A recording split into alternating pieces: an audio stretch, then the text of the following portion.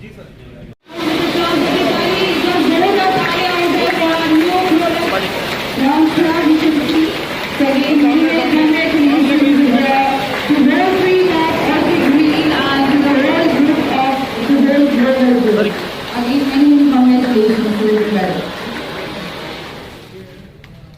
अच्छी कर लिए।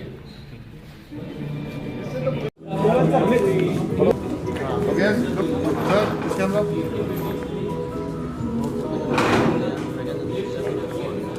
Okay, thank you. Okay, जी। Roll. Amitabh sir, Altigreen क्या चीज़ है, कितनी मेहनत है जो आज मोहाली में इसकी ओपनिंग हुई है, क्या कुछ कहना चाहोगे? बहुत कुछ कहना चाहूँगा। बहुत इम्पॉर्टेंट मोमेंट है ये अल्टी ग्रीन की हिस्ट्री में। अल्टी ग्रीन कंपनी चालू हुई 10 साल पहले, सिर्फ इस वजह से कि 3 से 4 लाख लोग मर रहे हैं हर साल रोड ट्रांसपोर्ट पोल्यूशन से। कोई कुछ नहीं कर रहा उसके लिए, तो हम ही लोगों को करना पड़ा। 10 साल पहले ये जर्नी शुरू हुई थी, जब इलेक्ट्रिक व्हीकल्स के बारे में सोचते भी नहीं थे लोग। 10 साल से टेक्नोलॉजी बना रहे हैं, इतने पेटेंट्स हो गए हैं, 27 ग्लोबल पेटेंट्स हैं इस टेक्नोलॉजी के। ये जो गाड़ी आप पीछे देख रहे हैं मेरे, इस पे 27 ग्लोबल पेटेंट्स हैं, जिसके की बेसिस पे ये गाड़ी बन रही है। इंडिया में 93% डोमेस्टिक वैल्यू ऐड है इस गाड़ी के अंदर, कभी नहीं हुआ इससे पहले। क्यों? क्योंकि इंडिया को ज़रूरी है कि इंडिया में बनी हुई चीज़ें हों जो कि इंडिया के स्टैंडर्ड के हिसाब से हों। कोई फ़ायदा नहीं है कि आप बाहर के देशों में जहाँ अच्छी रोड्स हैं, जहाँ अच्छा इंफ्रास्ट्रक्चर है, वहाँ के लिए आप बना रहे हैं, उससे क्या फ़र्क पड़ता है। यहाँ पे हमें पता है ओवरलोडिंग होती है, हमें पता है कि यहाँ सड़कें टूटी हुई हैं, तो उसके लिए बनाया जाए। इसीलिए डीजल, पेट्रोल, एलपीजी, सीएनजी इतना चलता है। अब वो चीज़ धीरे धीरे ख़त्म हो रही है, इलेक्ट्रिक व्हीकल्स आ रही हैं। ये हमारी 13th शोरूम है इंडिया में। इस साल 30 शोरूम खुलेंगे। ग्रोवर ग्रुप ने हमारे साथ पार्टनर किया है, one of the most premier groups in this country, specially in north India and Punjab. तो इससे और अच्छी बात हो ही नहीं सकती हमारे लिए। और ये अब चीज़ शुरू हो गई है, ये एक जर्नी जो थी, ये आज अब हमारी नॉर्थ इंडिया में, पंजाब में शुरू हो रही है। इसी तरह बढ़ेगी और गाड़ियाँ आएंगी, मोर ग्रीन, अल्टी ग्रीन। लोड कैपेसिटी की बात कर रहे हो सर, कि इंडिया के हिसाब से आपने बनाया हुआ है जी, इंडियन लोगों के लिए बनाया हुआ है, तो कितनी कैपेसिटी है इसका ओवरलोडिंग, मतलब कितना मैक्सिमम लिया जा सकता है इस पर, कि मैक्सिमम की लिमिट, जो कि आप देखते हो कि ओवरलोड एक लिमिट होती है, लेकिन उससे कई गुना देखा जाता है लोड लिया होता है, तो क्या लगता है? वो आप उनसे अगर ऑफिशियली सवाल पूछेंगे तो ऑफिशियली जवाब देने में तकलीफ़ होती है। लेकिन मैं यही कहता हूँ बार बार कि जो गाड़ी बनाई है, ये बनाई है कम्पीट करने के लिए डीजल गाड़ियों से। जो भी डीजल गाड़ी कर सकती है, लोड के हिसाब से, स्पीड के हिसाब से, प्रेशर के हिसाब से, जो भी आप समझ लीजिए, टॉर्क के हिसाब से, आपने देखा ही नहीं होगा डीजल की गाड़ी कभी 12 इंच के पहिए पे काम करती है। वो 12 इंच प्लस उसके ऊपर ट्यूबलेस रेडियल्स, ऐसा कभी हुआ ही नहीं। जो कंफर्ट है इसके अंदर, जो ग्रेविटी है, जो होल्ड है, ये बिल्कुल फ़र्क है। तो ये डीज़ल के लोड के हिसाब से, जितना डीज़ल उठाती है उससे ज़्यादा ये लोड उठा सकती है। और बनाई गई है कीपिंग इन माइंड कि लोग ओवरलोडिंग करते ही हैं, और इतना तक कर लेते हैं कि दुगना तक उठाते हैं।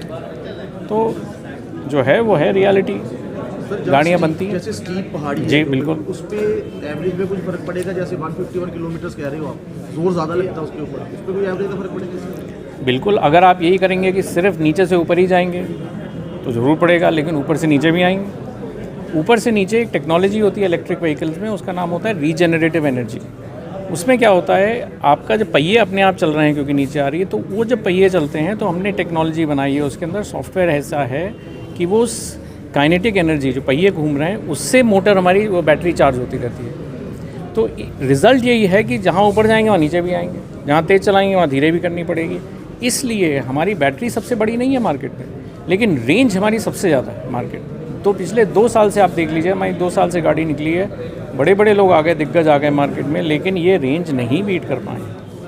छोटी बैटरी है फिर भी ये रेंज है, क्योंकि हमारा फोकस रहता है फ्री एनर्जी जितनी मिल सके, काइनेटिक एनर्जी जो फ्री है वही होगी। बिल्कुल। तो सर्विसेज की बात है सर, जी, यही पे एक्सक्लूसिव होगी, कहीं बाहर भी करवा सकते हैं? नहीं, तो हमारे ऑथराइज सर्विस सेंटर्स होंगे, वो सब जो हमारा मेन डीलर होगा उसी के साथ एसोसिएटेड होंगे, लेकिन पॉइंट ऑफ प्रेजेंस कई सारे होंगे। किसी को ये ना तकलीफ हो कि मैं तो सिटी के दूसरे एंड में हूँ, अब यहाँ तक कैसे आएंगे, क्या होगा।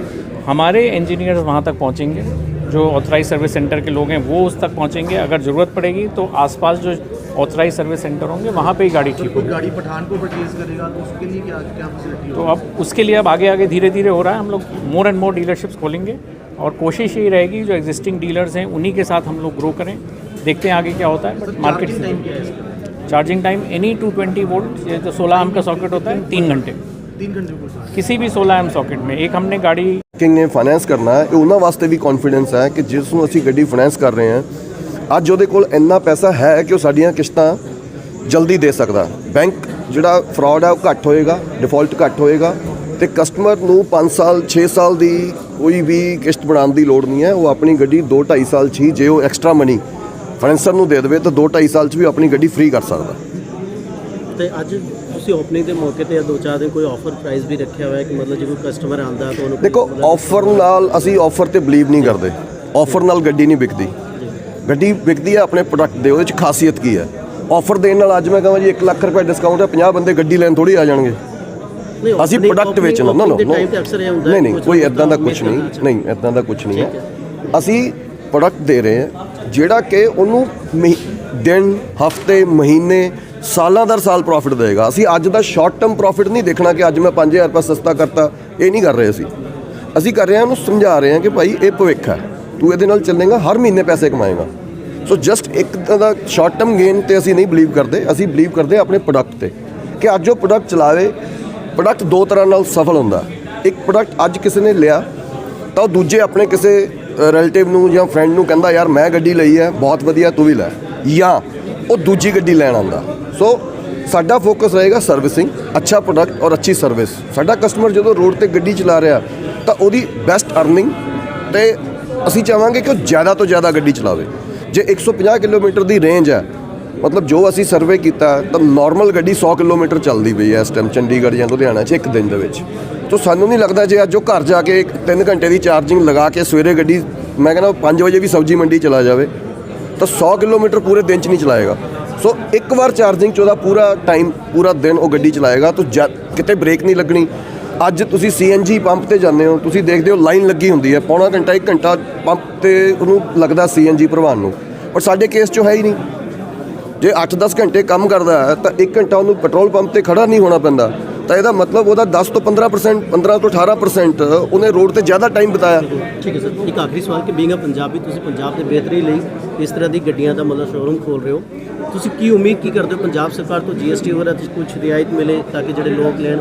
ਦੇਖੋ ਪੰਜਾਬ ਸਰਕਾਰ ਬੜਾ ਸੰਜੀਦਗੀ ਨਾਲ ਇਹਦੇ ਬਾਰੇ ਸੋਚ ਰਹੀ ਹੈ। ਜਿਵੇਂ ਚੰਡੀਗੜ੍ਹ ਹੈ ਤਾਂ ਪੰਜਾਬ ਸਰਕਾਰ ਨੇ ਵੀ ਇੱਕ ਡਰਾਫਟ ਤਿਆਰ ਕੀਤਾ ਹੋਇਆ, EV ਪਾਲਿਸੀ ਬਣ ਚੁੱਕੀ ਹੈ। ਮਤਲਬ ਦੇਖੋ ਵਿਦਿਨ ਵੀਕ ਜਾਂ 10 ਡੇਜ਼ ਗਵਰਨਮੈਂਟ ਵੀ ਇਹਨੂੰ ਕਰੇਗੀ ਰੋਲ ਆਊਟ, ਤਾਂ ਉਹਦੇ 'ਚ ਵੀ ਬਹੁਤ ਫਾਇਦਾ ਹੈ। ਹਾਂ, ਗਵਰਨਮੈਂਟ ਨੂੰ ਅਪੀਲ ਹੈ ਕਿ ਜੇ ਅੱਜ ਕੰਪਨੀਜ਼ ਇੰਨਾ ਕੁਝ ਲੈ ਕੇ ਆ ਰਹੀਆਂ, ਇੰਨੀ ਸਟੱਡੀ ਕਰਨ ਤੋਂ ਬਾਅਦ 'ਚੋਂ, ਇੰਨੀ R&D ਕਰਨ ਤੋਂ ਬਾਅਦ 'ਚੋਂ ਐਸੇ प्रोडक्ट। नमस्कार, मैं विक्रांत। तो आप देख रहे हैं अपना लोकप्रिय टीवी चैनल अनमोल खबरें। अगर आप हैं खबरदार तो अपराध नहीं होगा, बार बार अनमोल खबरें भी बनेंगी आपकी मददगार। तो 2 गज की दूरी तो तभी हारेगा कोरोना। तो देखते रहें DM सिंह के साथ अनमोल खबरें।